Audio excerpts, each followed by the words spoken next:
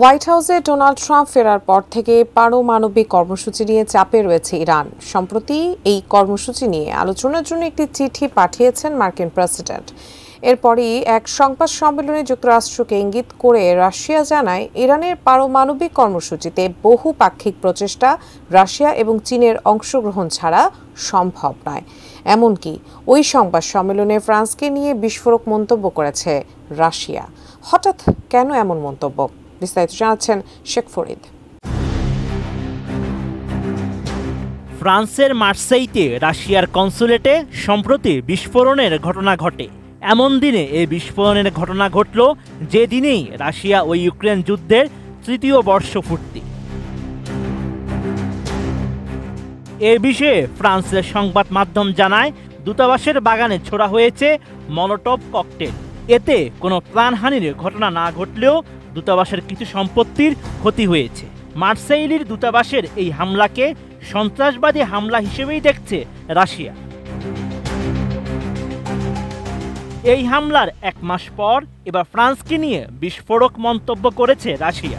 এক বিবৃতিতে ফ্রান্সকে সন্ত্রাস বিস্তারের হাতিয়ার বলে অভিহিত করেছেন রুশ পররাষ্ট্র মন্ত্রণালয়ের মুখপাত্র মারিয়া জাখারোভা। RICL TMX, যুগের পর যুগ স্থাপনা থাকে মজবুত। রুশ এই কূটনীতিক জানান, ফ্রান্স নিজেই সন্ত্রাসীদের বিস্তারের হাতিয়ার হয়ে উঠেছে।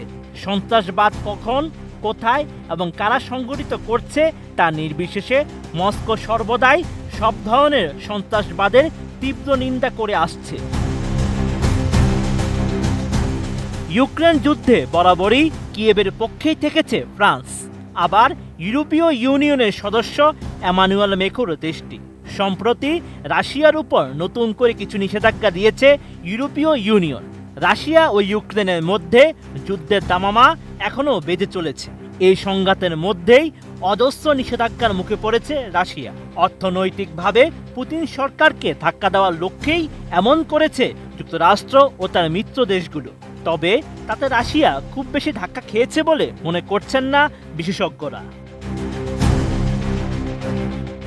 এদিকে মার্কিন প্রেসিডেন্ট ডোনাল্ড ট্রাম্প সম্প্রতি এক ঘোষণায় বলেছেন, তিনি ইরানের পারমাণবিক কর্মসূচি নিয়ে আলোচনার জন্য তেহরানের কাছে একটি চিঠি পাঠিয়েছেন।